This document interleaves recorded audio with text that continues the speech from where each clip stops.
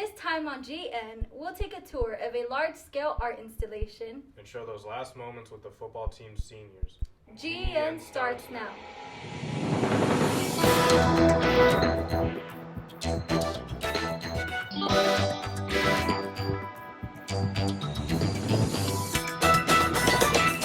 Welcome back, Golden Eagles.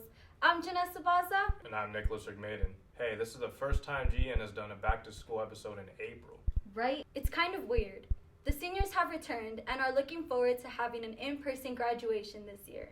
Although there aren't many attending in person yet, the campus is starting to come alive again.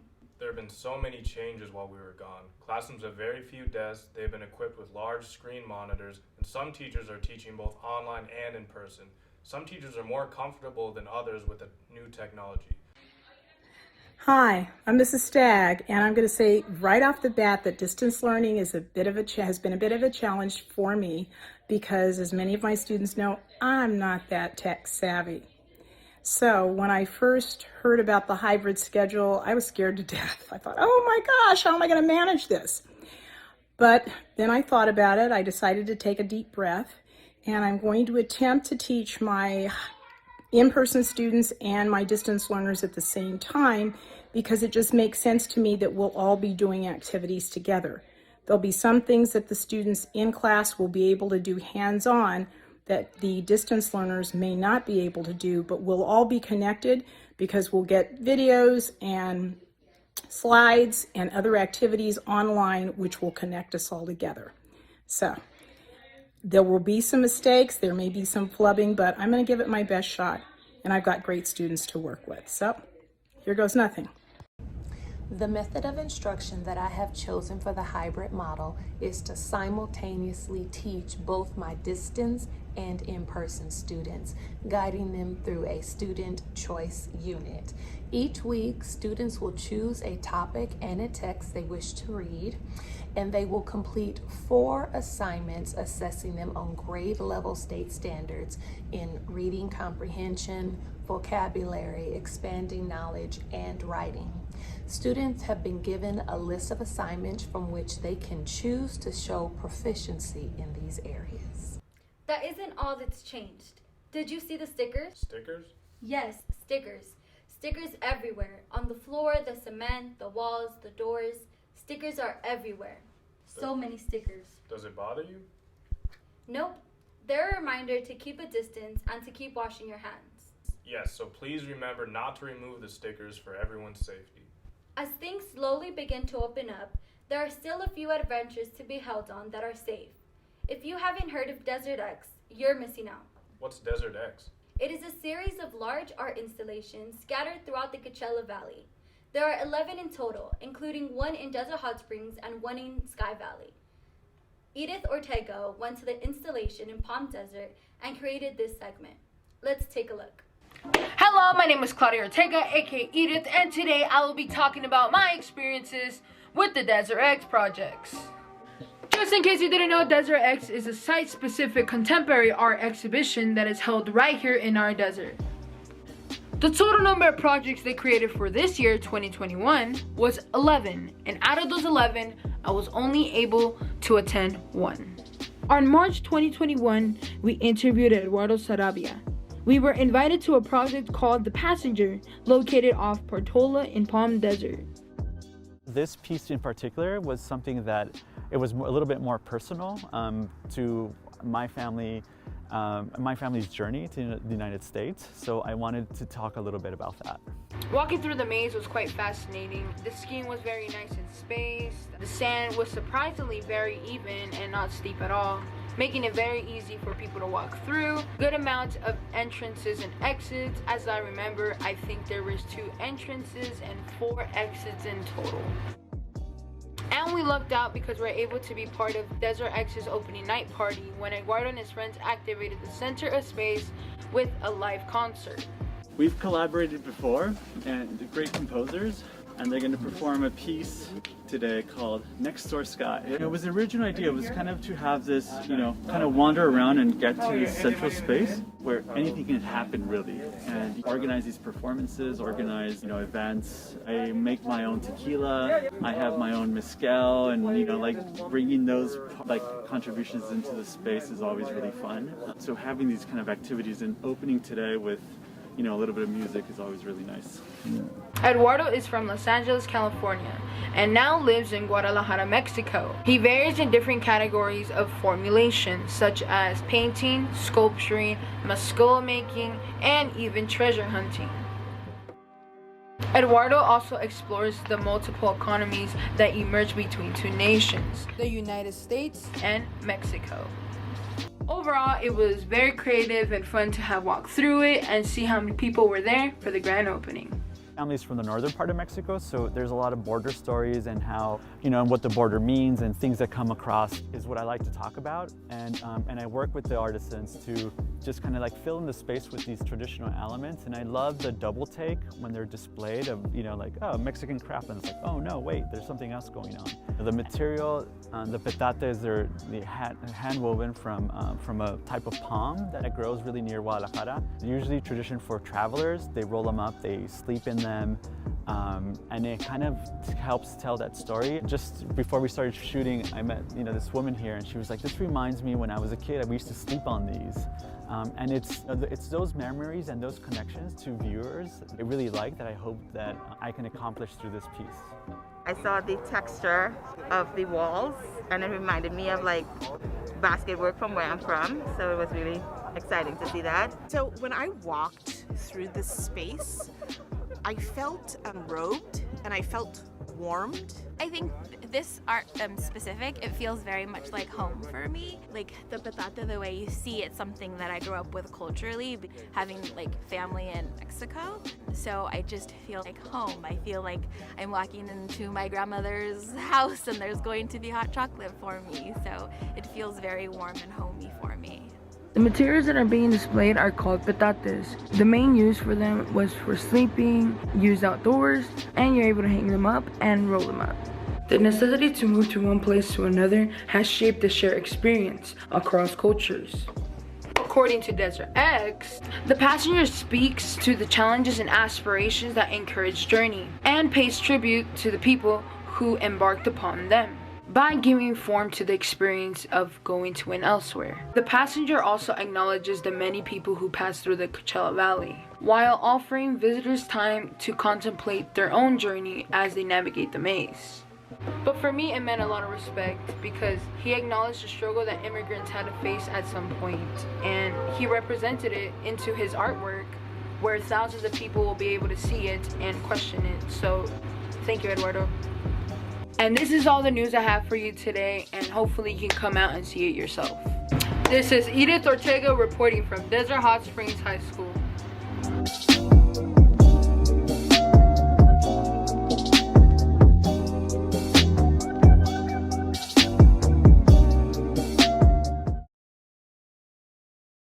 Thanks, Edith.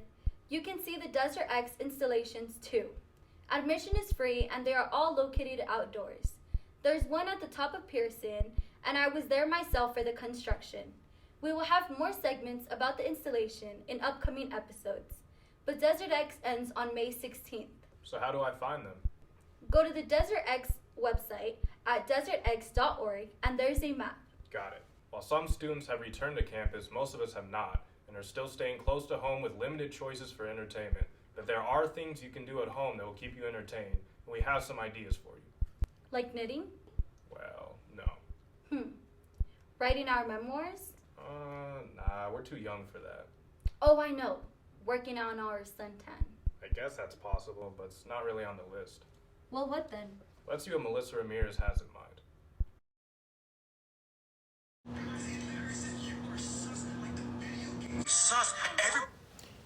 Guys, I'm really bored. Can we do something?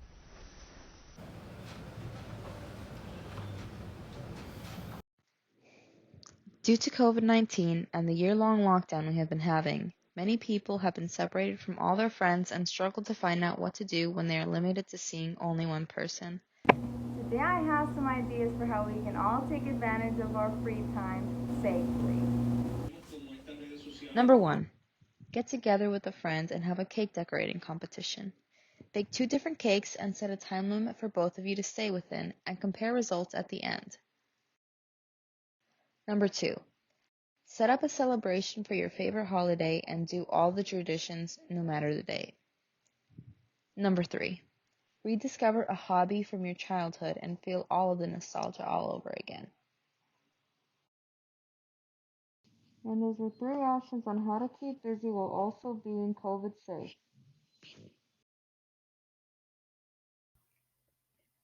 Hey, do you know Mother's Day is coming up? It's next weekend. What do you plan on doing for your mom?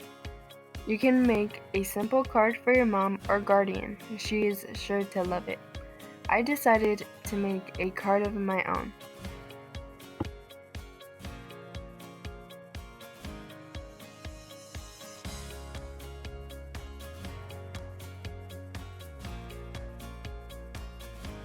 This is how it came out. You could also get her flowers or something she'll enjoy looking at. What are you doing? I liked her idea about going through with a holiday tradition. Trick or treat. I don't have any candy.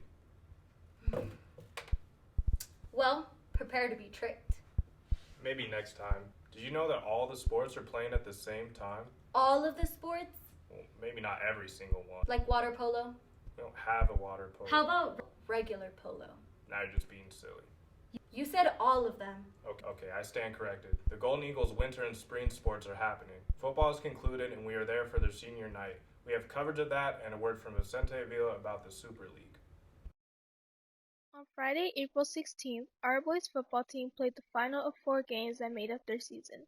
The Golden Eagles started off strong. Number 9, DiMaggio White recovered a early fumble which led to a 23-yard rushing touchdown run by number 8, Joseph Henderson. Cathedral City led at the half and was able to preserve the lead with a final score of 38-14. 2 members of the DHSHS cheerleading team also made an appearance, and even though the team was limited this year, they had the same energy as a full squad. It's a time, out, so shout it, out, go, D-Town.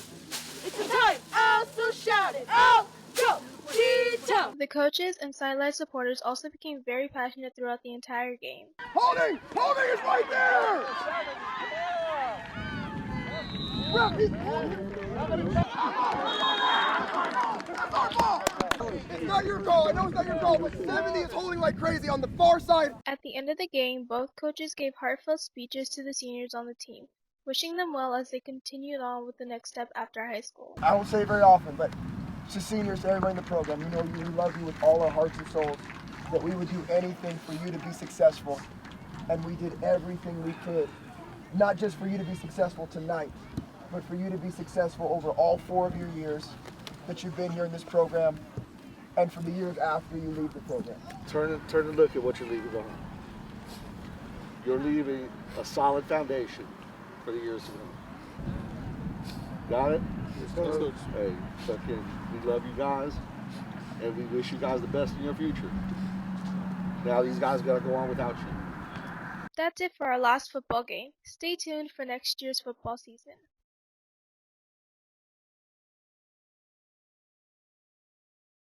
The game of football, or more commonly referred here in America, soccer, was about to become an exclusive sport, and it's going to leave out the less fortunate who built the popularity of football.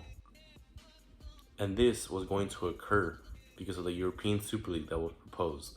Now, it might sound interesting that 12 of the biggest clubs around the world would face off every year for multiple games, but the owners would be the only ones that would actually benefit.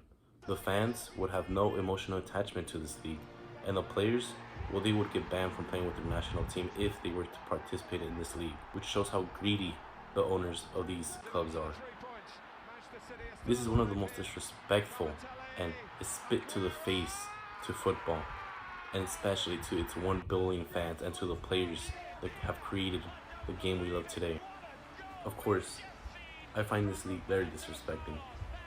And, well, of course, there are other opinions out there, let's look at some of the reactions and opinions that legends and fans have had over this supposed Super League.